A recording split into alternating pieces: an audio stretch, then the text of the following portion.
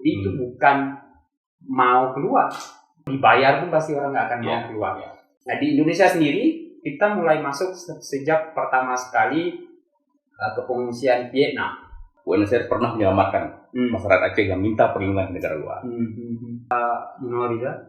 Munawar Rizal Zainal. Ya, yang berarti beliau pernah mantan wali kota Sabang ya.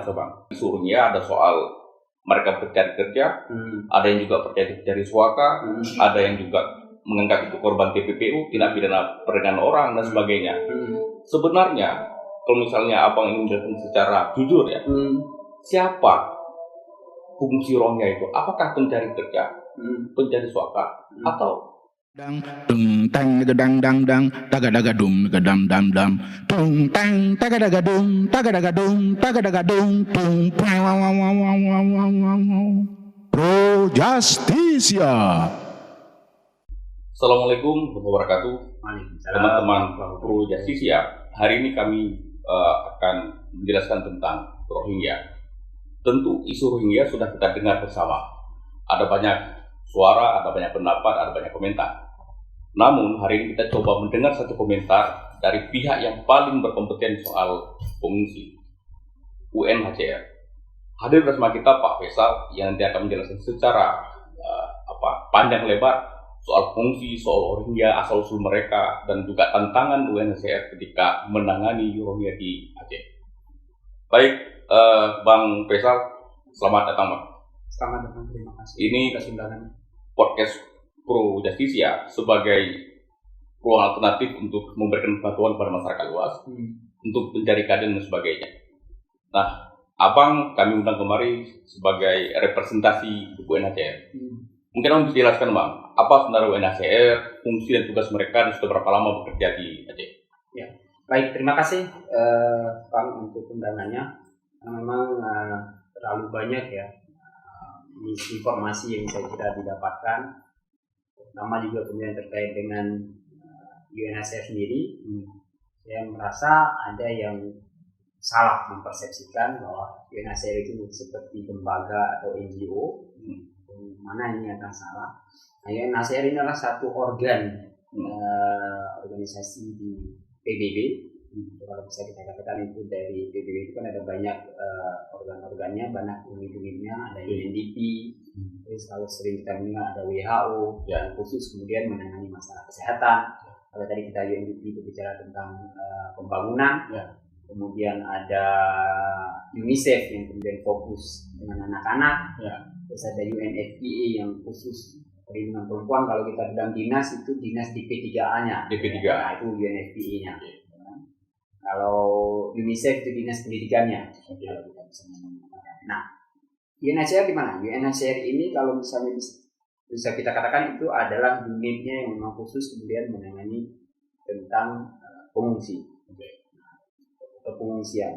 Nah, kapan dibentuk? Itu dulu masa Perang Dunia, ketika Perang Dunia Kedua, ketika sangat banyak terjadi konflik di hampir di seluruh negara dan setiap orang akhirnya terpaksa mengungsi, pergilah keluar. Nah, sebelum kita kenal keluar dari negaranya, kan, terpaksa harus keluar.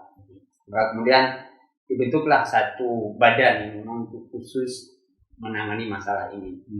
Nah, di situ yang kemudian muncullah istilah orang yang keluar ke dalam ke satu negara yang lain, yang atas dasar karena dia di negara dia tidak aman, jadilah dia satu status pengungsi. Pengungsi.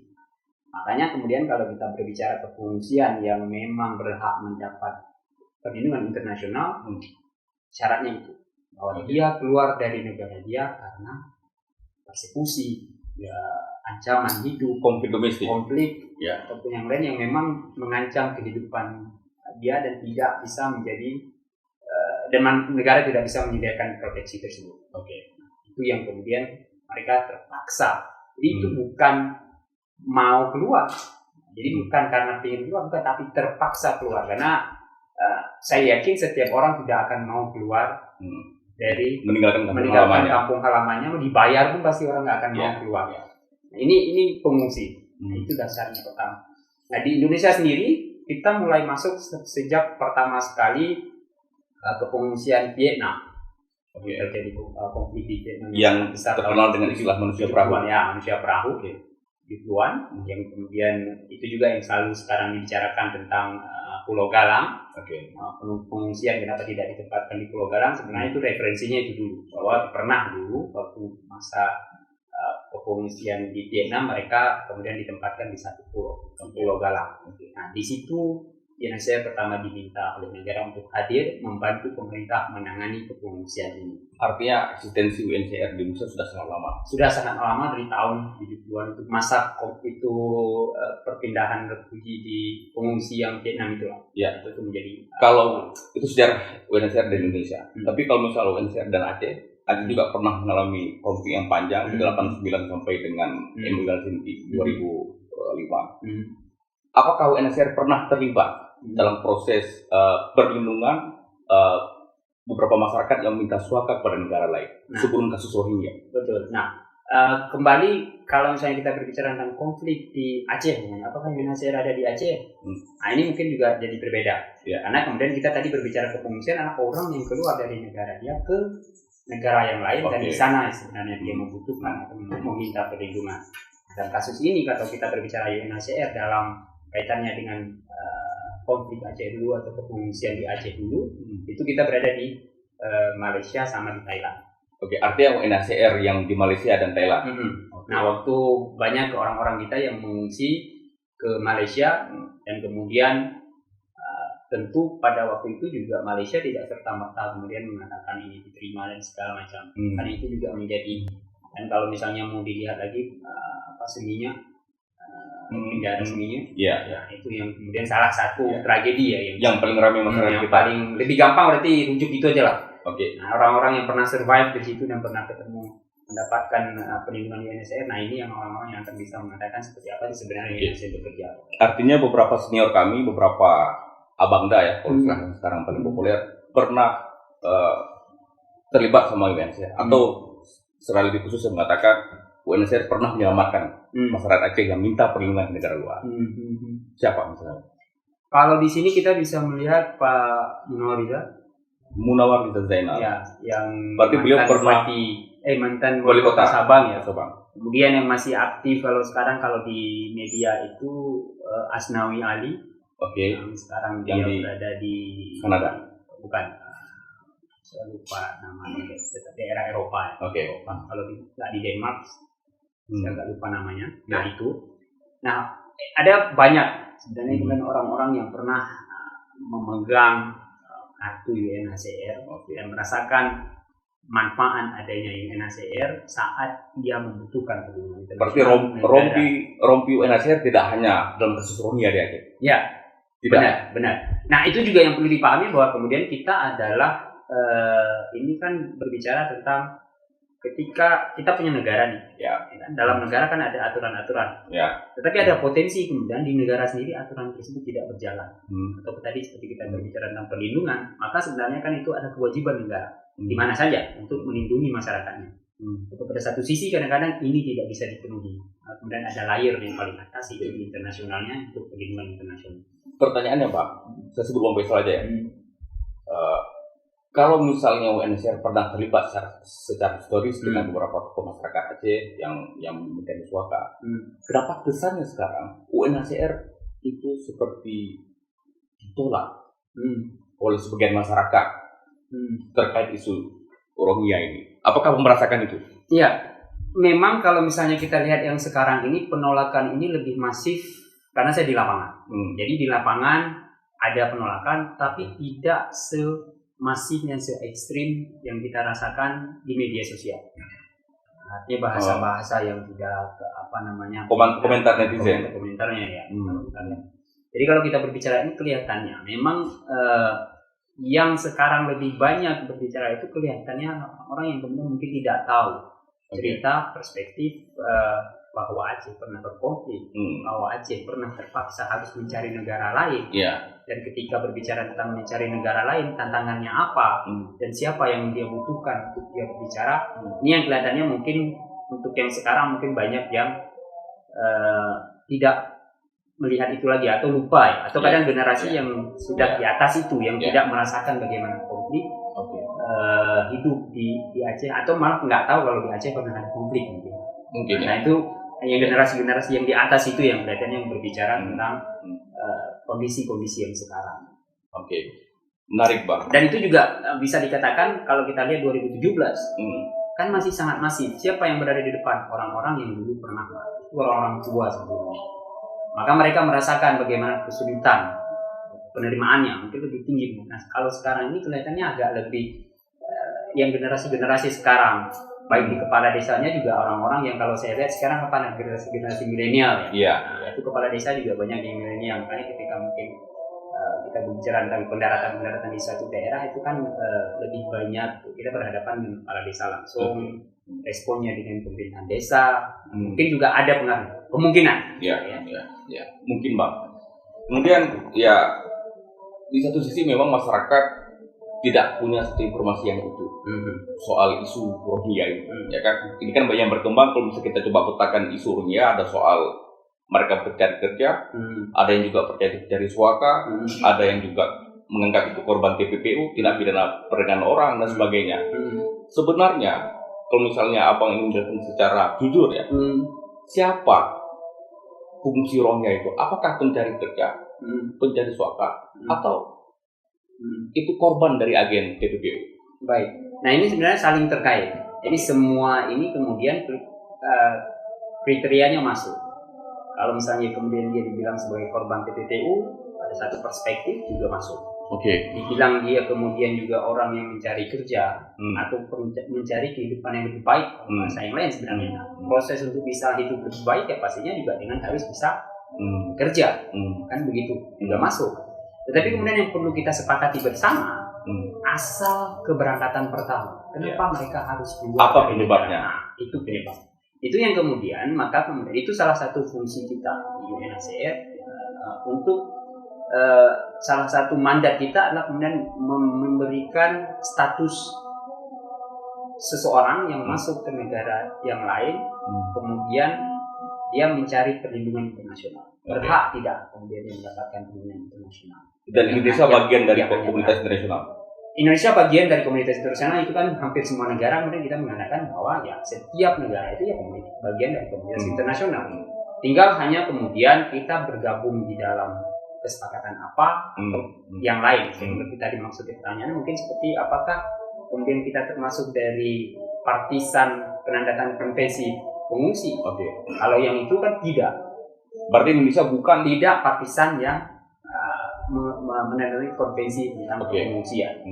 Dalam artian di sana mereka kemudian tidak punya tools atau kemudian instrumen hukum untuk mendefinisikan pengungsi. Bahasa kasar akhirnya mungkin bisa tafsirkan tidak mengenal pengungsi. Tapi ketika tidak mengenal pengungsi, kita bisa diartikan yang lain. Nah, yang lebih tepat sebenarnya seperti itu kita katakan tadi. Ketika kita tidak meratifikasi itu, maka kita tidak punya panduan hukumnya untuk bagaimana kita mengatakan yang mana pengungsi, yang mana bukan.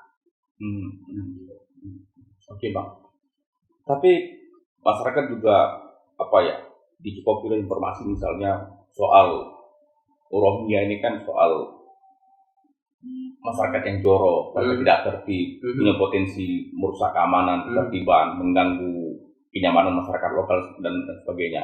UNHCR sendiri punya satu pola ataupun mekanisme tidak supaya masyarakat yang nantinya bersedia menampung misalnya itu tidak terganggu keamanannya. Apakah tanggung jawab UNHCR atau tanggung jawab siapa? Ini soal bagi peran. Baik. Nah, kalau kita berbicara di sana sebenarnya ini kan menjadi tanggung jawab bersama. Yang pertama sekali itu sebenarnya adalah menjadi tanggung jawab negara hostingnya atau penampungnya, yang menerima.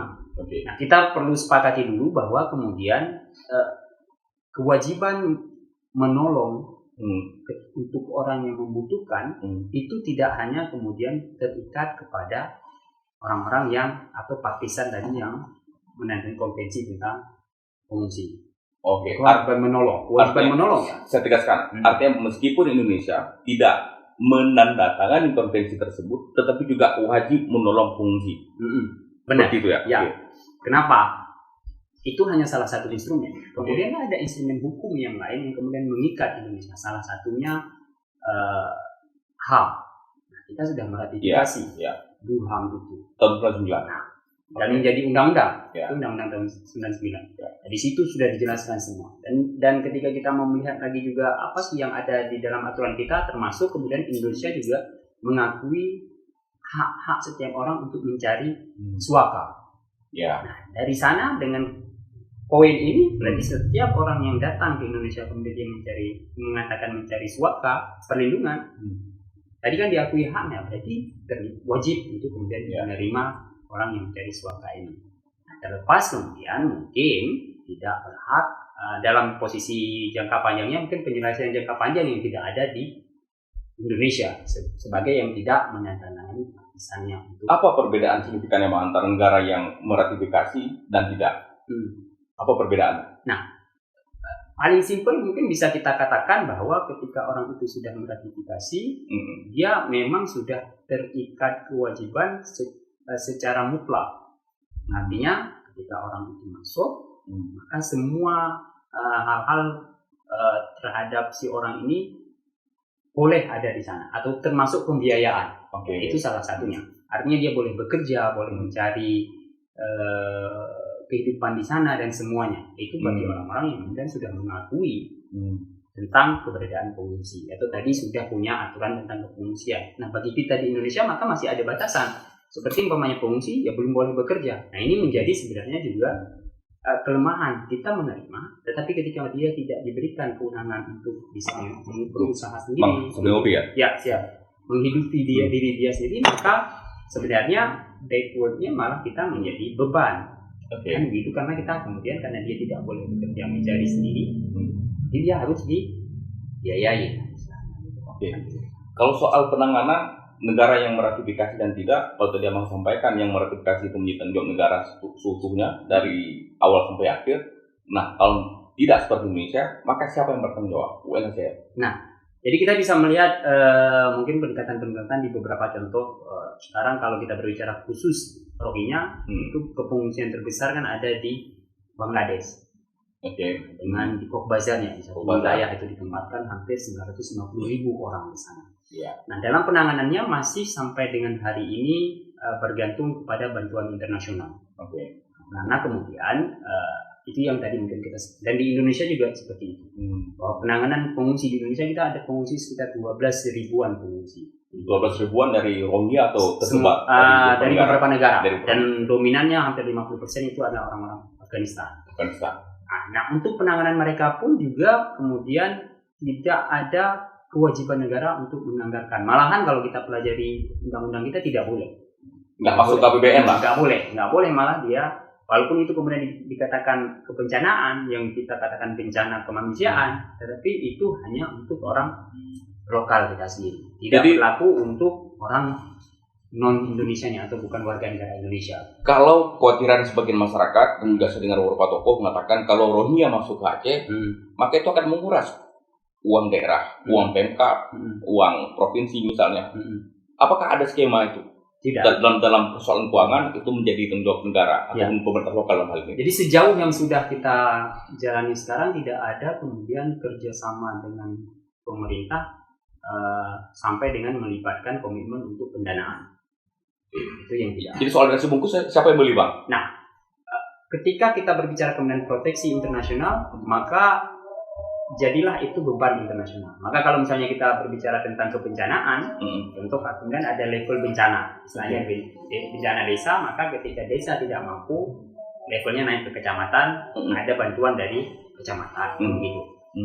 Kecamatan kemudian perlu tidak mampu dengan itu, maka naik tingkat kabupaten, sampai dengan nasional. Ketika saat kejadian tsunami umpamanya, nggak sanggup nasional, maka naik internasional, kan begitu. Nah, ini juga walaupun kemudian mungkin tidak semasif bencana yang kita katakan tsunami, tapi ini kan dalam perspektif yang lain bahwa ini kemudian adalah permasalahan internasional, masuk dia ke dalam satu negara, dan itu juga kemudian internasional akan mengambil peran pasti, yaitu tadi melalui UNHCR dan juga kemudian kita juga salah satu partner kita yang lain yang cukup intens juga terlibat seperti IOM dan juga kemudian ada mitra lembaga yang lain. Mungkin agak teknis, Bang, ya.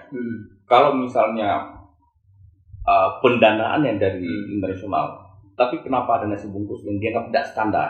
Mungkin saya sangat spesifik nih, karena ada juga yang beredar di video misalnya di TikTok segala macam, ada pengungsi Rohingya yang menolak makan nasi bungkus. Itu kenapa Bang? Apakah tidak standar atau tidak cocok lidah mungkin? Nah, baik. Nah, pengalaman yang kita rasakan memang ketika di sana memang ada rasa yang berbeda. Mereka tidak terlalu cocok dengan makanan kita. Di masa-masa awal penanganan emergensi, mau tidak mau, ya akhirnya kan kita bisa menyediakan dengan nasi bungkus tadi atau masih dimasak warga. Tapi kalau saya bisa bercerita lebih jauh lagi, contoh umpamanya sekarang di Binaraya yang sudah penanganan hampir 1 tahun, itu mereka sudah masak sendiri. Mereka sudah masak sendiri, jadi komplain terhadap makanan itu sudah tidak ada lagi. Nah, tadi komplainnya lebih kepada memang kita kasih makan, dan dia tidak cocok rasa. Contoh kita, begitu ada disediakan makanan ini tidak cocok dengan kita, apakah dipaksakan untuk makan? Nggak bisa dipaksakan. Nah, tapi seperti saya katakan tadi, di beberapa tempat yang kemudian sudah lebih settle, sudah lebih stabil, sudah bisa lebih masyarakat dengan pengungsinya pun sudah lebih terkoneksi, mereka masak sendiri. Artinya tetap penyediaannya melalui masyarakat. Contoh tadi penyediaan raw materialnya atau bahan-bahan yang dibutuhkan, lauk-lauknya, ikan, sayur, beras, itu tetap disuplai melalui masyarakat, tapi kemudian mereka yang meramu sendiri sehingga makanannya menjadi sesuai dengan kemauan mereka. Disuplai dari masyarakat maksudnya apakah masyarakat melakukan proses sukarela atau? Nah, ini yang kemudian kita coba bangun juga kerjasama dengan masyarakat. Jadi kita selalu mengusahakan dari detik awal pertama pendaratan itu, kalau memang sudah terkomunikasi dengan kita dari masyarakat ketika ada kebutuhan bantuan, misalnya tadi kita katakan di satu tempat ada pengungsi yang mendarat dan masyarakatnya kemudian langsung, biasanya seperti itu. Dan saya juga biasanya mendapatkan informasi dari rekan-rekan juga begitu. Kita biasanya dihubungi kalau nggak ke Babinsa, kepala desanya, camat, pokoknya pemerintahan yang di bawah itu yang menghubungi kita. Begitu datang ke sana, yang secara pengalaman yang sudah pernah saya lihat paling banter itu yang makan pertama sekali, itu yang kemudian mungkin sumbangan masyarakat. Tapi begitu kita sudah hadir di sana, kita berinteraksi dengan pemerintahan desanya, kita sudah tahu apa kendalanya desanya, nah di situ tinggal nanti Pak tolong dibantu sediakan, tapi itu biaya kita ganti, agar tidak memberatkan. Karena itu yang kita belajar dari pengalaman kan, kemudian ini menjadi beban, misalnya beban masyarakat, mereka sendiri susah, tapi kemudian juga harus membantu orang lain. Bahasa terima tamu tadi yang juga sering dipakai pemulia Jamee kita di Aceh itu, yaitu sebenarnya kalau selama kemudian sudah terkomunikasi dan kita sudah bertemu dengan pemerintahan atau masyarakat di tingkat bawah tersebut yang tadi menerima pengungsi, itu paling kita juga hanya akan meminta mereka, nggak meminta pun, ketika mereka masih sanggup menyediakan sebagai kemudian itu sedekah atau tadi pemulia Jamee-nya, kita tidak akan memaksakan untuk membantu. Tapi begitu kita tanyakan, Pak, bagaimana? Apakah perlu kita yang ambil alih? Nah, kalau misalnya perlu kita ambil alih, tetap tadi dengan melalui masuknya dari desa. Bang Faisal, meskipun ya kita paham soal konsepsi pemulia Jamee ya, memuliakan tamu, ya kan. Tapi faktanya di media sosial dan media-media besar juga menggambarkan sebaliknya, ya kan. Masyarakat menolak, ya kan, kehadiran pengungsi. Menurut Abang, faktor utamanya apa? Apa yang membuat masyarakat takut untuk menerima mereka? Apakah ada persoalan hukum? Apakah ada persoalan sosial budaya yang berbeda misalnya? Atau persoalan kesehatan? Atau apa? Karena Abang di lapangan nih, tentu Abang lebih paham soal itu. Nah, kalau yang saya lihat sebenarnya memang kesiapan ataupun kemudian standar penanganan yang jelas itu yang menjadi masalah. Sehingga kemudian berlarut. Dan ini fakta yang kita alami di lapangan ketika kita datang. Memang perspektif yang ada di masyarakat itu ketika berbicara pengungsi itu UNHCR. Secara keseluruhan. Masyarakat tahu Bang apa itu UNHCR? Nah, kadang nggak tahu nih. Nah, maksudnya itu artinya yang dia tahu bahwa ada lembaga nih yang memang bertanggung jawab terhadap pengungsi. Itu aja, sebatas itu yang mereka tahu. Maka ketika ada pengungsi, pertanyaan pertama yang muncul, mana UNHCR? Itu yang muncul pertama. Mereka menunggu kita hadir. Itu satu. Ini nanti baru kita lihat di mana masalah. Kan itu kan. Mana UNHCR? Nah, kita datang. Biasanya nanti ada rekan staff, dan kalau pendaratan di Aceh yang memang saya sendiri yang hadir, kita hadir ke sana. Nah, begitu hadir ke sana, pertanyaan pertama dari masyarakat yang dipertanyakan adalah, Pak, tolong ini dipindahkan, mau dibawa kemana? Ini soal penempatan. Tempat pertama. Itu di pertanyaan pertama. Jadi biasa saja sebenarnya, belum ada penolakan yang bagaimana. Tapi ketika kita berbicara tempat, kita kan harus bertanya ke pemerintah. Itu otoritas pemerintah lokal. Karena kemudian kalau kita melihat penanganan pengungsi kita itu sudah ada payung hukumnya. Walaupun kita tidak menandatangani konvensi, tetapi yang menarik, kita tidak menandatangani konvensi, tapi Indonesia punya tuntunan bagaimana penanganan pengungsi luar negeri. Itu di Perpres 125 tahun 2016 dikeluarkan oleh Pak Jokowi. Itu sebagai panduan menyikapi di tahun 2015 influx pengungsi Rohingya juga yang terjadi kita di Aceh, dan sampai waktu itu juga 1.600-an orang. Sebagai respon tersebut agar tidak gagap, keluarkanlah Perpres 125 itu. Itu sudah diatur semua, siapa yang melakukan penyelamatan, siapa yang kemudian setelah ada di darat melakukan apa, kemudian siapa yang mencarikan tempat penampungan sementara, siapa yang mengamankan, baru kemudian ada peran lembaga internasional seperti UNHCR dalam hal menutupi kebutuhan-kebutuhan yang tidak sanggup di-cover oleh negara. Pada tataran praktis, siapa yang bertanggung jawab soal penempatan? Apakah pemerintah kecamatan, kampung, kabupaten, atau provinsi? Nah, kalau kita merujuk ke Perpres itu Pemda dengan Pemda artinya Pemprov. Pemerintah daerah di tempat mendarat, kabupaten kota. Karena kemudian kenapa kabupaten kota yang punya administrasi wilayah adalah mereka.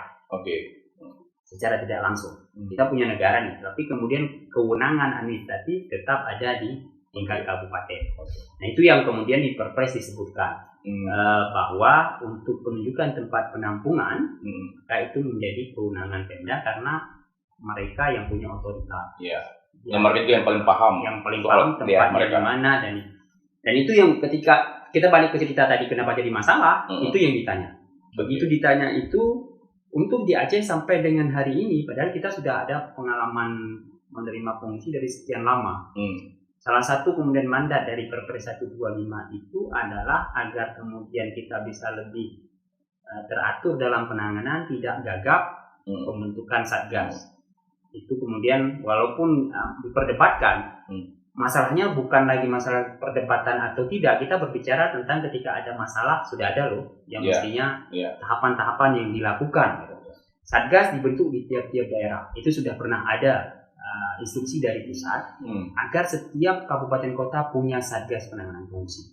Satgas, tim reaksi cepat lah. Tim Satgas penanganan pengungsinya. Itu ada. Sehingga ketika ada, mereka yang akan menjadi leading sektornya. Jadi istilahnya kalau UNHCR sebagai kemudian lembaga bukan pemerintah, masuknya mestinya kita melalui pemerintah tadi. Atau kemudian diminta oleh pemerintah tadi. Dan ini yang sebenarnya yang terjadi seperti saya katakan tadi. Kan yang telepon kita kalau enggak kemudian Pak Camatnya, kepala desanya, pokoknya pemerintah di tempat tersebut. Berarti proses evaluasi pertama kita soal koordinasi antara UNHCR dengan pemerintah kabupaten kota. Itu evaluasi pertama. Nah, benar. Penunjukan tempat itu tadi. Makanya ketika pertanyaan kembali ke tadi, begitu ditanya mana tempatnya, kita nggak punya tempat. Kan kita harus koordinasi dulu, Pak. Dulu kita perlu koordinasi dengan pemerintah setempat. Nah, pada kebanyakan kasus itu malah pemerintah setempat ada di lokasi kan. Tetapi kemudian mereka belum siap dengan tempat. Kita nggak punya tempat dan segala macamnya. Nah, ini yang kemudian menjadi delay, mendelay proses. Sementara tadi masyarakat mau segera dipindahkan. Dalam perspektifnya, kenapa masyarakat mendorong dipindahkan secepatnya? Karena memang di tempat mereka lokasinya kebanyakannya tidak layak. Sehingga kemudian kalau dipaksakan di sana akan terkesan salah-salah. Yang jelek juga nama desanya. Jadi dari perspektif itu saya cukup paham ketika kemudian masyarakat mengatakan, Pak, tolong dipindah segera ke tempat yang layak atau ke tempat yang sudah ditunjuk. Atau bahasa kasar mereka tempat UNHCR, karena pahamnya mestinya sebagai lembaga yang menangani pengungsi, kita mungkin punya tempat. Oke. Itu kan pemikiran yang wajar juga dan sah-sah saja, karena kemudian dianggap sebagai lembaga yang punya kewenangan tersebut mestinya sudah punya tempat. Oke. Kemudian tapi perlu saya jelaskan di situ, gimana kenapa kita tidak punya tempat, karena kerja kita adalah dengan pemerintah. Karena kita tidak punya, Artinya butuh koordinasi. tidak punya otoritas untuk bisa punya lahan yang punya sendiri, karena kita bukan negara ataupun bukan institusi negara. Oke, tapi Bang ini agak masih ambigu lah menurut saya ya. Kalau soal fungsi Rohingya ditolak karena tempat yang belum tersedia, tentu tidak seperti ini. Kalau dari penjelasan apa, maka yang terjadi adalah bukan soal penolakan, tapi soal bagaimana merelokasi mereka. Karena ketidaksiapan tempat itu yang membuat masyarakat bingung. Nah, pertanyaan saya, di lapangan nih, menolak karena memang tempat yang belum tersedia, atau masyarakat mengusir, itu dalam secara literal itu dua hal berbeda. Saya ingin lebih direct. Tetapi kemudian imbasnya karena itu. Jadi itu pengalaman saya di Birin.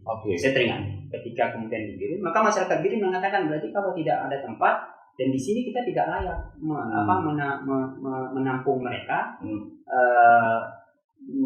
dan sehingga agar tidak menjadi masalah dan menjadi buruk nama kita, yang mendingan akhirnya kita minta untuk melanjutkan perjalanan. Nah itu kan bahasanya.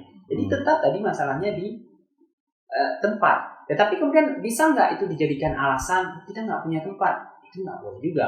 Kenapa kemudian tidak boleh? Itu tadi sudah ada aturan-aturan internasional ataupun aturan kita sendiri tentang bahwa orang-orang yang butuh perlindungan perlu didorong. Dia tidak boleh didorong lagi. Nah, kalau ketika berbicara dengan itu, maka ada 3 prinsip kemudian dalam perlindungan pengungsi, penyediaan perlindungan untuk pengungsi secara internasional. Yang satu itu yang sudah juga diakui oleh semua negara, ada non-refoulement. Bahwa dia tidak boleh didorong kembali ke tempat yang kemudian dia bisa bahaya atau kemudian dikembalikan ke negara asal misalnya. Pengembalian ke negara asal salah satunya, atau kemudian mendorong balik ke laut yang pada potensi kemudian di laut bisa juga mengancam jiwanya. Itu juga nggak boleh. Itu. Jadi non-refoulement itu menolak untuk apapun. Jadi tidak boleh ditolak lagi ketika dia sudah masuk dan kemudian butuh pertolongan. Nah itu yang menjadi tadi, maka kemudian tidak ada lagi pilihan bagi kita. Ya pemerintah sudah mengambil kebijakan dan saya kira Indonesia cukup maju dalam masalah HAM ataupun dalam hal kemanusiaan, kita cukup dikenal. Nah mau tidak mau akhirnya kita itu yang didorong oleh pemerintah pusat kebijakannya, sehingga dikatakan di tiap-tiap daerah tolong bentuk satgas. Tolong teringat saya itu tahun 2000 sebelumnya 1 tahun ke belakang itu sudah ada perintah dari pusat, malahan tiap-tiap daerah itu sudah ada mengidentifikasi tempat penampungan sementara untuk kalau ada kasus seperti ini. Karena kenapa? Artinya kita aware, kita paham ada masalah ini di kawasan kita. Masalahnya apa? Yaitu konflik di Myanmar dan potensi pengungsian di Cox's Bazar yang hampir 1 juta orang. Pasti akan ada terus pergerakan. Dan memang fakta pengalaman yang kita lihat kan setiap tahun ada pergerakan. Setiap tahun ada saja kejadian. Kalau mau dilihat dari perspektif negatif, kalau mau membaca seperti itu, ya akhirnya dikatakan ini kok jadi tiap tahun ada. Tapi kalau kita kemudian mau melihat lagi lebih realistis sebagai seorang manusia, ya karena memang di sana ada masalah, ya nggak mungkin hari itu 950.000 orang langsung bergerak. Iya. Nah, itu malah jadi repot kita akhirnya kan. Nah, tapi yang bergerak apa? Mereka bergerak secara berkala, ya sesuai dengan tadi kesiapan ataupun karena tadi ketika mau bergerak itu kan tidak serta-merta bisa langsung bergerak semua. Bang, izinkan saya mewakili perspektif masyarakat yang meskipun ini sifatnya masih asumtif ya, saya tidak bisa mengatakan bahwa ini benar atau tidak. Tapi ada yang mengatakan bahwa ini masalah terjadi karena UNHCR yang tidak siap, ya kan? Yang pertama, yang kedua soal kok datangnya ke Aceh, ya kan? Secara terus-menerus dan beberapa gelombang datang ke Aceh. Itu juga dianggap sebagai semacam curigaan lah. Ini ada apa di belakang itu? Kemudian UNHCR melindungi agen-agen TPPU misalnya. Ini kan yang berkembang nih Bang. Soal siapa yang mengembangkan soal lainnya. Tapi itu ada dan dipercaya oleh masyarakat. Dan masyarakat tidak mau terlibat dengan bisnis itu. Kemudian soal mereka jorok sekali, ada yang buang air sembarangan misalnya. Sebelum Abang jawab yang tadi, saya ingin tanya, apakah fasilitas toilet disediakan di camp pengungsi? Ya, baik. Nah, ketika berbicara tentang itu, sebenarnya itu menjadi basic needs pertama yang kita coba usahakan. Tapi juga kemudian kan kita harus melihat sejauh mana akses yang kita miliki. Ini yang juga kadang-kadang kendala di masyarakat, umpamanya di tepi pantai, lahannya juga lahan masyarakat. Izin dari masyarakat untuk kita mendirikan toilet, itu juga kan menjadi concern. Boleh nggak Pak gitu? Ada yang mengizinkan, ada yang nggak. Kebanyakan tidak mengizinkan. Maka kemudian tidak ada toilet yang proper. Maka ketika kita berbicara tidak toilet yang proper, bagaimana kemudian bisa? Nah, dari perspektif ini bisa dilihat juga mungkin kalau dari ada kelemahan dari kita mungkin juga bisa jadi, tapi di saat yang bersamaan tadi balik lagi tempatnya, bahwa tempatnya tidak proper dan banyak hal yang kemudian perlu disesuaikan. Banyak hal yang perlu disesuaikan. Artinya itu bukan soal perilaku mereka, tapi karena secara teknis tidak ada fasilitas. Satu, tapi juga kemudian diperparah. Kalau misalnya kita melihat siapa itu Rohingya, kemudian kita perlu balik lagi melihat siapa mereka. Karena mereka itu adalah etnis minoriti yang ada di Myanmar yang sudah sekian puluh tahun itu tidak diakui oleh negara. Mereka stateless. Konsekuensi ketika kita tidak diakui negara apa? Semua akses terbatas, termasuk ada yang bekerja juga tidak ada. Maka akses mereka terbatas untuk pendidikan. Orang tidak punya pendidikan, kemudian tidak punya kesehatan, jadi tidak paham tentang kapan Aceh ini mulai teratur BAB. Itu ada program PHBS segala macam, coba. Jadi coba kita kemudian refleksi, benar tidak ketika tidak ada yang menuntun Aceh kira-kira masih pada posisi yang sama 80 tahun 80-an atau 70-an yang masih toiletnya tanah yang dikorek, sungai misalnya. Sungai pedang kaye, ya kan? Kapan mulai kemudian setiap rumah harus ada program pemerintah yang mengencarkan kan gitu. Program PHBS. Tapi di sana Rohingya berharap apa dari pemerintah dengan dia tidak diakui? Pemerintah mereka jangan ngurus toilet, negara itu tidak mungkin sama mereka. Malah tidak diakui. Tidak ada sepeser duit pun yang akan diinvestasi untuk kebaikan mereka. Karena kan jadi isu juga soal toilet, ya kan? Benar. Jadi artinya memang pertama masalah toilet dalam situasi lingkungan yang tidak proper, ditambah juga memang ada pengetahuan mereka yang terbatas tentang tadi kebersihan, tentang tadi kesehatan, karena memang tidak pernah mendapatkan akses tersebut. Tapi mereka Muslim. Tapi ada yang tidak bisa bersyahadat. Nah, kalau yang tidak bisa bersyahadat, saya tidak paham kemudian yang mana yang mau dilihat. Dalam perspektif yang mana yang kemudian dilihat. Kalau satu orang tidak bisa, ini kalau kita mau adil-adilan gitu kan. Kalau kita mau berbicara data, nah 10 orang nih umpamanya, 1 tidak bisa bersyahadat, 9 bisa bersyahadat, apakah kemudian satu orang ini yang mewakili 9 yang lain? Kan tidak fair.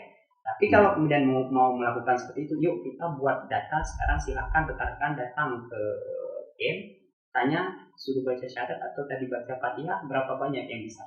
Tapi kalau kemudian anak-anak juga tidak bisa, yuk kita kemudian disamakan nih ceritanya ya. Ada anak-anak kita umur sekian, lakukan hal yang sama. Coba tanya, Dik, baca Fatihah. Kemudian apakah sah ketika dia tidak bisa? Bapak dia nanti akan parang dengan. Meskipun soal kemanusiaan tidak bicara agama, tapi kalau misalnya analogi yang sama, saya juga disebutkan bahwa pada saat pendaftaran caleg ada sekitar 100.000 lebih masyarakat kita yang tercaleg itu gagal menjadi caleg karena nggak bisa baca Quran. Benar. Tapi apakah kemudian identitas Aceh kita cabut? Hilang. Ya. Itu juga tidak equal. Benar. Itu yang tidak adil. Tidak adil. Saya kira kemudian menjudge itu. Makanya kemudian kalau dalam hal pengungsi Rohingya ini, bagi orang-orang yang kemudian paham situasi mereka, solusi yang ditawarkan, ayo kita ajarkan, dan itu yang kita lakukan. Maka kemudian penanganan di Aceh di sini agak berbeda. Mungkin bisa rekan-rekan datang. Kalau kita lihat penanganan pengungsi kita di Indonesia ini, Aceh sebenarnya bukan rujukannya mestinya. Nah ini Aceh kan belakangan ini. Sementara pengungsi itu sudah ada di Indonesia dari sekian puluh tahun ke belakang. Yang mereka tinggal di akomodasi di Medan, di Pekanbaru. Ketika sudah dapat tempat yang proper, dan mereka sangat juga bisa menyeimbangkan hidupnya dengan kita. Kalau saya orang Rohingya, saya bisa katakan ini Birun juga, yang bisa dilihat apa Zulaika, apa itu yang di sempat itu juga viral yang di Birun. Apa itu Pak? Yang viral dari masyarakat kemudian memvideokan satu orang anak cantik, wanita cantik dari Rohingya. Hari pertama itu kita belum ada air bersih, air masih kumuh. Tapi masih bau juga. Boleh ditrace. Begitu sudah masuk air bersih, mereka mandi. Yang laki-lakinya minta saya mau potong rambut, langsung berbersih diri. Ini yang kemudian kalau saya mengatakan mereka Muslim, tidak, itu dia. An-nazafatu minal iman, itu dipegang. Artinya begitu sudah ada akses, mereka sudah mulai mandi yang bersih, sabun. Maka kemudian tapi banyak orang yang membrand negatif, kata kebun itu bahasanya kan. Setelah kita kasih makan udah sehat-sehat, setelah dikasih sabun udah bersih-bersih gitu ya. Itu fakta yang di lapangan. Artinya kemudian menjawab apakah mereka ini orang kotor. Itu hanya masalah kemudian tempatnya cukup tidak aksesnya, fasilitasnya cukup tidak. Itu satu yang saya bisa lihat di itu. Dan di mana-mana ketika saya percaya, boleh tanya kalau kawan-kawan yang ada di lapangan, itu satu minggu pertama kan kumuh begitulah perasaan dia yang baru turun dari kapal yang kotor, belum dapat akses bersih. Begitu dapat akses air bersih, sudah mandi-mandi, bersih-bersih, keluarlah kayak yang tadi kita bilang masih sudah baik. Oke, jadi artinya tidak bisa alasan kebersihan dijadikan sebagai alasan untuk penolakan. Tidak, karena itu hal yang bisa dirubah. Kan itu tergantung dengan kemudian ada tidaknya proses perbaikan.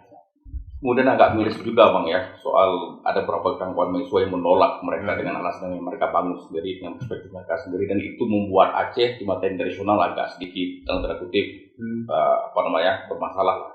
Ya tidak, bahkan Mahfud MD mengatakan Aceh lihat sejarah, lihat masa lalu. Jadi kan sesuatu yang sebenarnya seperti mencabut akar keacehan, ya kan? Bahkan Ketua MBU sendiri mengatakan bahwa ya dia Muslim, kita menolong itu karena dasar agama dan juga dasar kemanusiaan. Tapi kemudian Ketua MBU tidak bisa berbicara lebih panjang dan banyak orang. Kemudian juga ada unsur dari Panglima Laujung yang sama itu dibully habis, ya kan? Pertanyaan saya, kenapa dalam kondisi seperti ini pemerintah tidak mengambil peran? Apakah UNHCR tidak melakukan koordinasi yang lebih? Karena itu sudah agak bahaya nih Bang. Ya kan? Bahkan dia mengatakan bahwa bisa memecah belah keacehan. Benar. Isunya macam-macam nih. Ada berkaitan sama pemilu, ini gerakan kelompok tertentu untuk menggagalkan pemilu. Kan jauh sekali Bang. Benar. Nah, pertanyaan saya, apa klarifikasi UNHCR? Nah, kalau dari UNHCR berbicara tentang koordinasi dengan pemerintah, intens kita lakukan. Jadi setiap saat dari level di bawah sampai dengan nasional. Kalau di nasional itu yang langsung berhubungan dengan Deputi 5, itu pimpinan kita yang juga setiap hari, setiap ada apa update, dia langsung update ini bagaimana Pak, segala macam. Sampai dengan kita di level bawah. Nah, kalau di level bawah kita seperti tadi kita katakan, kita dengan kepala desa ini situasi atau perlu ada sesuatu yang kita lakukan bersama. Bagaimana kemudian kita lakukan bersama. Nah, ini kalau kita berbicara di level itu, saya kira kemudian kita sudah mencoba melakukan yang terbaik yang kita bisa. Hanya memang kembali ke pertanyaan itu yang menarik. Nah, saya sendiri karena orang Aceh juga merasa waktu bibir itu sadis. Kalau saya bilang itu sadis. Kenapa sadis? Orang itu bersyahadat, dia baca Fatihah. Kalau tadi seperti nggak usah disuruh. Nah, ini kan insting dia sendiri. Ini saya lagi berhadapan dengan orang Muslim. Maka apa yang harus saya lakukan? Saya harus menunjukkan saya Muslim. Caranya apa? Yang tidak akan bisa dilakukan orang-orang non-Muslim. Ya tadi itu salawat, baca Fatihah, segala macam. Malam itu yang dilakukan. Tetapi kemudian tidak ada sedikit pun itu menyentuh masyarakat kita pada waktu itu. Saya sebagai orang Aceh yang berada di sana, khawatir saya dengan ada apa dengan Aceh. Jadi saya juga bertanya, wajar ketika kemudian orang luar kayak Mahfud, kemudian Pak Mahfud bertanya, mengajari kita soal kemanusiaan.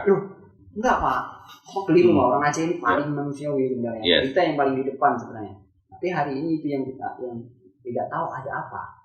Ini yang juga kita sendiri tidak mengerti kenapa. Tapi kemudian dari UNHCR kita tidak pada posisi untuk mencari tahu itu. Tapi lebih kepada kita terus mencoba berusaha melakukan yang terbaik sesuai dengan mandat kita. Mandat kita adalah memberikan perlindungan bagi orang-orang yang membutuhkan perlindungan. Ya, saya juga agak bingung sih Bang ya. Kita soal Gaza dan Rohingya misalnya, ya kan? Gaza itu jauh sekali dan kita tidak pernah berinteraksi sama mereka, ya kan? Tapi karena ya soal Israel, Yahudi segala macam, ya kita memberikan bantuan habis-habisan. Tapi di satu sisi Muslim juga di depan rumah kita usir. Itu kan agak berbeda nih. Harusnya ketika kita bantu saudara kita yang jauh, saudara dekat juga kita bantu. Kan baru match lah. Pertanyaan saya, apakah mampu pemerintah kita membantu dan masyarakat kita membantu di tengah kemiskinan yang sedang dihadapi oleh kita sendiri? Saya merefleksikan itu permintaan dari kita UNHCR kemudian pimpinan-pimpinan.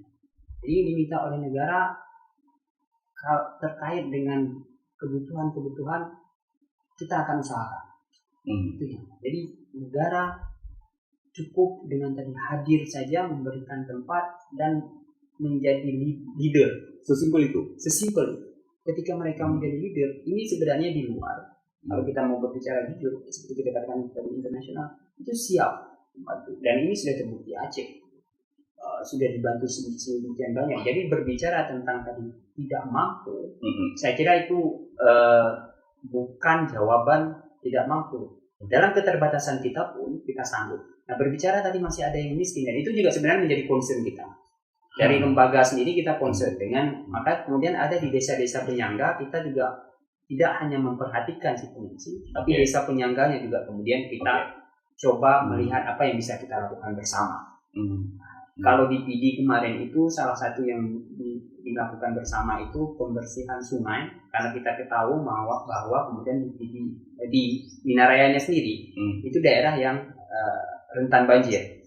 Dan alhamdulillah saya belum mendengar yang di Minaraya katanya dulu yang di tempat ditinggali pengungsi itu kalau masa banjir itu ya sepinggang. Informasi yang saya dapat. Tapi per hari ini udah mau akhir, udah bulan Januari ya, masa-masa banjir sudah tidak terlalu lagi menjadi masalah. Apakah kemudian pembersihan sungai kemarin berhasil? Bisa jadi. Tetapi yang mau saya katakan bukan itu, tapi kemudian ada perhatian yang kita coba lakukan. Dan di Lin Tanjung sendiri itu ada permintaan dari masyarakat karena mereka lagi rehabilitasi masjid. Mereka butuh pembangunan tower agar kemudian siarnya lebih kena. Kalau kita lihat dari perspektif kita, ini kok jadi sebenarnya ya, kok jadi membantu khusus gitu. Ini kan bukan public facilities yang umum, tapi ini kan public facilities khusus masjid. Tapi kita tetap kemudian menjadi sesuatu yang kita bantu. Maka kemudian dalam berbicara tadi tidak ada kemudian kita memilah semua lingkungan yang ketika kita lihat butuh bantuan kita bantu. Nah ini yang kemudian kalau misalnya kita katakan kita masih miskin kemudian menolong yang lain, pada perspektif ini kita tidak akan mendorong masyarakat untuk atau meminta masyarakat untuk membantu. Yang kebantu yang bisa mereka lakukan adalah dengan mendukung apa yang bisa kita kerjakan sama-sama, sudah lebih daripada cukup. Saya ingin pertegas Pak, dan masyarakat juga harus tahu secara lebih tegas juga kan, secara lebih jelas. Bahwasanya UNHCR tidak hanya bertanggung jawab terhadap pengungsi, tapi juga bertanggung jawab ke masyarakat yang menjadi penyangga pengungsi. Dan itu komitmen kantor. Itu yang apakah itu memang sudah menjadi keharusan bahwa dia harus jalan bareng. Karena memang kemudian kan kita berbicara salah satu solusi jangka panjangnya adalah integrasi lokal yang memang kalau kita berbicara untuk Indonesia kan tidak pada posisi kemudian dia menjadi warga negara, tidak. Tetapi yang kita maksud kemudian adalah tinggal bersama. Karena kita melihat mau tidak mau akan terjadi seperti itu, maka kita tidak akan mungkin hanya memperhatikan satu kelompok. Akhirnya harus dua-dua karena dia perlu jalan bersama. Makanya di situ, maka tadi saya katakan dari UNHCR sendiri tidak akan hanya melihat, dan lembaga-lembaga lain yang bekerja tidak akan hanya melihat pengungsi, pada saat bersamaan juga akan melihat lingkungan penyangganya. Karena itu juga perlu diperbaiki sama-sama. Artinya untuk memperkuat pengungsi juga memperkuat lokasi penyangga. Baik Bang. Soal isu lagi ya, karena saya juga ingin meminta klarifikasi bahwasanya UNHCR seperti membiarkan masyarakat Rohingya datang ke Aceh, ya kan? Berapa jumlah sih Bang orang Rohingya yang datang pengungsi di tempat kita? Baik. Di beberapa titik. Ya, untuk yang sekarang ini kita ada di Biren itu 50 orang. Saya ngambil dari timur dulu ya, di Biren 50 orang, kemudian di Luxmawi 471 orang. Terus kita bergeser ke PD itu 400 80 sekian orang. Kemudian kita ada di Pulang itu sekitar 200-an orang. Terus kita ada di Banda Aceh ini di Minara di DMA 137. Kemudian di Padang di Sabang kita ada 139. Jadi ada 5 kabupaten. 5 titik berarti. Dengan titiknya itu kalau di Minaraya itu ada 2 titik. Oke. 3 malah. Ada 3 titik itu ada di Minaraya, kemudian ada di Pulang dan ada yang di Puli. Yang tersebar agak sedikit tersebar. Nah, kalau di Loksmawe itu 1 titik, di Aceh Timur 1 titik, Banda Aceh ini yang pendaratan Aceh Besar kemarin 1 titik dan di Sabang 1 titik. Di luar Aceh yang paling banyak menampung pengungsi Rohingya? Kalau di luar Aceh tersebar, itu ada di Medan, ada di Pekanbaru, ada yang di Makassar, ada juga yang di Jakarta. Oke. Artinya kalau misalnya dari jumlah pengungsi yang tadi Abang sebutkan 12.000 orang yang ada di Indonesia, persentase pengungsi Rohingya yang datang ke Aceh. Ya Bang ya? Benar. Oke. Nah kemudian apakah ini ada hubungan sama agensi di Malaysia? Karena juga ada isu bahwa mereka digerakkan oleh mafia besar yang dari Malaysia, mereka yang membayar, mereka yang menjadikan mereka sebuah objek PU misalnya. Abang tahu informasi? Ya. Jadi saya kira untuk peluang itu sangat mungkin terjadi. Kenapa? Karena memang kalau kita bilang pasar itu ada kebutuhan. Di mana kebutuhannya? Kebutuhan bahwa si pengungsi di Rohingya ini bahwa dia perlu keluar, bahwa dia perlu mencari tempat yang lebih aman atau tempat yang lebih baik. Dan ini mungkin berpotensi dimanfaatkan oleh orang-orang yang tidak bertanggung jawab dengan tadi mengiming-imingkan. Mungkin ada Indonesia, ada Malaysia, ada Thailand, ada India. Karena kemudian kalau kita melihat untuk kawasan, itu di India kita juga punya pengungsi sekitar 20.000 orang, kemudian di Thailand ada 65.000 orang, di Malaysia itu sekitar 105.000 orang, di Indonesia kita punya 12.000 orang. Artinya ini ketika berbicara pergerakan, ini ada satu titik kepengungsian, tetapi kemudian pergerakannya ke setiap lingkungan ini. Ada nggak kemudian yang mengambil manfaat? Sangat besar potensi. Maka kemudian kita juga bagian dari proteksi kita bekerja sama. Kita mendukung pihak penegak hukum untuk silakan dibongkar sehabis-habisnya. Tetapi yang menjadi masalah selama belum ada jalur resmi untuk mereka, ya ketika masih berharap dari jalur ilegal, maka memutus jaringan ini akan lebih sulit. Oke, pertanyaan saya terakhir nih Bang. Di kamp pengungsian, apakah ada datang relawan yang memberikan pendidikan kepada mereka atau yang memberikan fasilitas kesehatan? Ya, karena saya dengan masa tsunami dulu ada banyak orang luar yang membantu trauma healing misalnya, yang membantu proses psikoterapi segala macam. Pertanyaan saya, apakah ada masyarakat Aceh dari kelompok tertentu yang melakukan fungsi yang sama di kamp Rohingya? Ada. Itu ada beberapa kemudian memang lembaga lokal yang juga atas dasar kemanusiaan ikut terlibat membantu. Tetapi settingnya lebih kepada setting-setting yang sudah stabil, contoh misalnya di Minaraya, di Loksmawe. Tapi kalau untuk yang masih emergency kayak yang di pinggir pantai atau kemudian di Mesraya walaupun tempatnya agak lebih proper, tapi sebenarnya tempatnya kan belum bisa dikatakan tempat yang baik untuk ditampung pengungsi, maka mungkin belum banyak kegiatan yang berani kita berikan akses untuk kawan-kawan. Kalau seandainya boleh, itu akan pasti saya yakin sangat akan banyak orang yang akan datang mau memberikan pendidikan atau apapun. Tetapi ada satu catatan ketika kita berbicara pendidikan, ini sesuatu yang saya perhatikan di tempat-tempat penampungan, itu Rohingya akan bergerak dengan sendiri. Mereka akan membentuk kelas-kelas sendiri. Jadi yang dewasa-dewasa yang punya sedikit skill, contoh dia bisa bahasa Inggris atau dia bisa mengaji, itu dia akan membuka kelas-kelas sendiri untuk adik-adik dia, untuk anak-anak kecil Rohingya. Nah ini yang kita lihat memang kemudian sistem belajar mereka lebih kepada sistem belajar otodidak seperti itu, memorizing atau menghafal, mengingat. Nah itu yang terus dilakukan, dan ini saya lihat salah satu survival mereka dalam hal mempertahankan salah satu keinginan yang mereka inginkan dan bisa ditanyakan. Maka mungkin di beberapa interview juga ada yang mengatakan apa yang dia inginkan. Kami ingin pendidikan, kami ingin anak-anak kami kemudian punya masa depan yang lebih baik. Kalau ditanya orang tua, mereka sadar soal itu. Orang tuanya sangat sadar akan itu.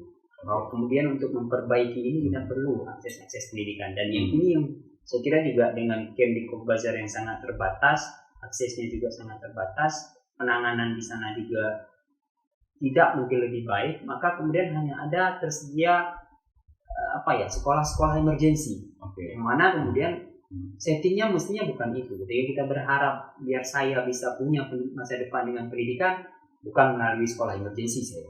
Mesti dia kan harus ada sekolah-sekolah formal. Nah ini yang kemudian sebenarnya kalaupun kita berbicara untuk di Indonesia sendiri, kita sudah cukup pro fungsi sebenarnya. Kenapa saya katakan demikian? Di nasional itu sudah ada kebijakan SE Kementerian Pendidikan tahun 2022 malahan yang baru. Dia dikeluarkan pertama itu tahun 2020 setelah Global Forum tentang kepengungsian di 2019. Disepakatilah salah satu poinnya bahwa akses pendidikan untuk pengungsi di semua negara ya. Dan itu diadopsi oleh Indonesia, dikeluarkan dengan SE Kementerian Pendidikan, sehingga anak-anak pengungsi itu boleh bersekolah. Jadi pengungsi yang sudah datang ke Aceh, kira-kira apakah ada batasan waktu mereka di sini atau? Baik, nah itu berbicara tentang solusi penanganan pengungsi, ada 3 solusi penyelesaiannya. Satu itu adalah voluntary repatriation atau pengembalian secara sukarela. Yang tadi mau sampaikan. Pengembalian secara sukarela ini adalah syaratnya apa? Negaranya sudah aman. Dia sudah tidak lagi punya ancaman, atau ketika dia dikembalikan, dia tidak dikembalikan ke tempat yang bisa mengancam dia. Ini baru bisa dilakukan voluntary repatriation. Dalam kasus Rohingya masih jauh sekali. Diakui negara saja belum gitu. Jangankan dibilang berbicara konflik, itu bukan hanya konflik, mereka tidak diakui negara. Jadi itu tambah sulit. Yang kedua kemudian penempatan ke negara ketiga atau resettlement. Itu memang kita punya unit sendiri yang khusus sedang melakukan proses ini. Tetapi yang perlu dipahami, negara yang kemudian negara ketiga ini juga tidak bisa dipaksakan untuk menerima. Tetap tadi bahwa semuanya equal. Saya boleh bilang enggak, boleh bilang iya. Tetapi mereka kemudian karena atas dasar tadi ada kewajiban mereka, selalu pasti ada yang diterima. Tapi kemudian kuotanya mungkin tidak besar, kuotanya kecil, dan mereka punya kriteria-kriteria yang mau dia terima. Karena kita di dunia itu ada 104 juta pengungsi secara global. Dan profilnya macam-macam. Dan di antara 104 juta itu kemudian mungkin salah satu profil yang paling jelek, kalau kita mau mengatakan jelek ya, dengan background tidak ada pendidikan dan kesehatan juga ala kadar adab yang hanya tahu sebegitulah kira-kira, ya Rohingya kembali berada di kelas paling bawah. Jadi ketika dia harus bersaing pun, karena untuk resettlement ini bahasanya seperti kita nge-apply ke kampus, ada dibuka nih kampus sekian, kan syarat-syaratnya ada, nggak lewat lagi. Jadi bagi Rohingya ini kemudian dia harus ada ciri khas tersendiri yang harus dikembangkan untuk dia biar bisa masuk. Makanya kemudian salah satu strategi yang lain kita lakukan ini, yang ketiga itu tadi reintegrasi lokal. Reintegrasi lokal di Indonesia yang bisa berlaku maksudnya adalah selama mereka di sini dalam proses tadi kita siapkan untuk punya profil yang agak lebih baik, bahwa dia punya pendidikan. Nah, reintegrasi ini yang bisa berlaku di Indonesia selama dia tinggal di sini.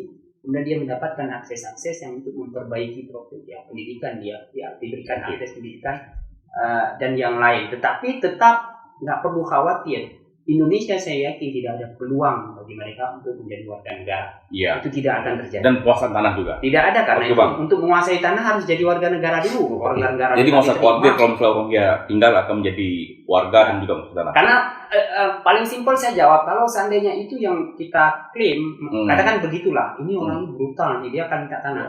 Di Bangladesh 950.000 orang, 1 juta, dan hanya mereka di tanah itu, kenapa nggak dia jadikan negara dia? Itu aja kita katakan bahwa tidak ada niat dari mereka itu untuk menguasai lahan.